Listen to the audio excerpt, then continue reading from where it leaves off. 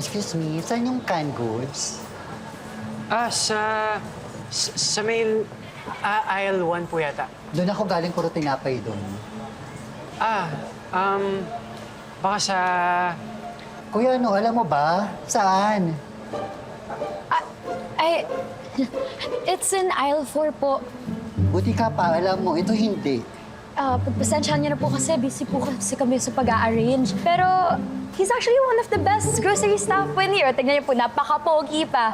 Kaya please po, huwag na po kayong maghalit. Ayan. Good job, Nicole! Ganyan dapat. Sa ulo ang aisle. Iwan ko muna kayo, mag-chest lang ako, ha? Sir?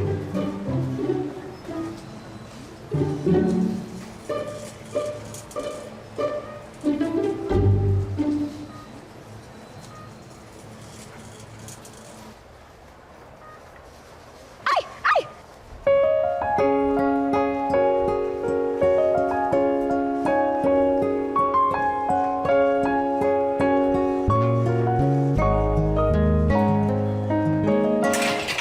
Ano ba? Ay, Ay. Ay. Ah, grocery pa ba to? Park na. Para kayong nagde-date eh. Kayo ah.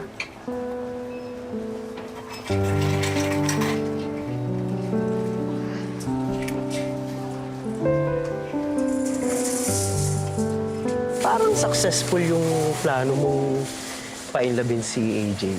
So ano, sa tayo magse-celebrate kapag nakuha mo na yung Employee of the Month?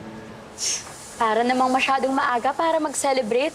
Pero sa tingin ko nga, nakukuha ko na yung loob ni AJ. Sa tingin ko, nai-in love na siya sa akin. Nasabi ko sa'yo pag-ingat-ingat ka, te. Kasi baka mamaya, ikaw ang ma-fall, ikaw ang ma-in-love. Ako? Yes! Ikaw.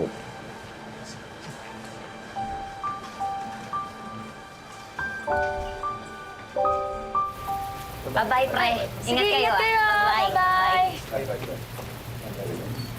Wala pang nag-a-accept ng booking tapos ang mahal. sige na, dito muna tayo. Titigil din naman yung ulan.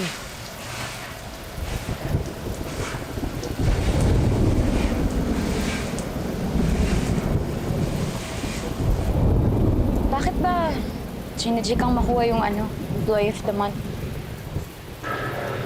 Para pang dialysis ni Mama. Kidney failure. Ikaw lang yung sumasagot? Nung una, si kuya ko, pero alam mo naman, lumalaki na yung mga anak niya. Lumalaki na rin yung gastos. Kailangan na rin niya ng backup. At ako yun.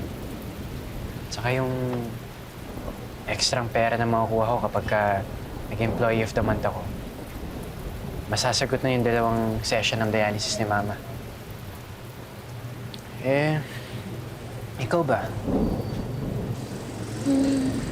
Ako, nag-iipon ako ng pera pampaaral sa sarili ko.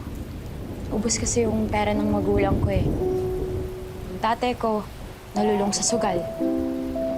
Kaya, eto, kailangan kong sumikap. Wala ka bang mga kapatid na pwedeng tumulong sa'yo? Alam mo, parehas lang tayo. Ako rin yung backup ng family namin. Pero, tayo naman. Siguro, kaya tayo pinagtagpo kasi parehas tayo. Akala ko, sa lahat lang nag-a-apply yung opposite sa track. Hindi pala. Ha? Ano, kasi, di ba tayo, may similarities, di ba? Similar sa track. Similar sa truck, gawa-gawa.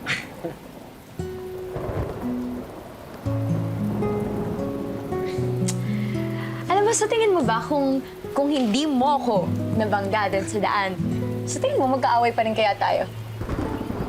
Ako, sa tingin ko? Tingin ko, aawayan pa rin kita. Wow ha, bakit naman? Cute ka kapag nagagalit ka eh. Ayan, di ba? Nagpapakit ka na naman. Anong nagpapakit? Hindi ako nagpapakyut, no? Oy, sige na, oo na, cute ka na. Hindi nga. Hindi, pero, Nicole, maganda ka naman talaga eh, kahit na hindi ka galit. Lalo na kapag ka nakasmile ka. Smile ka nga. O, di ba? Ay, ang lamig. Yun yung ginawa ata ako ng sobra.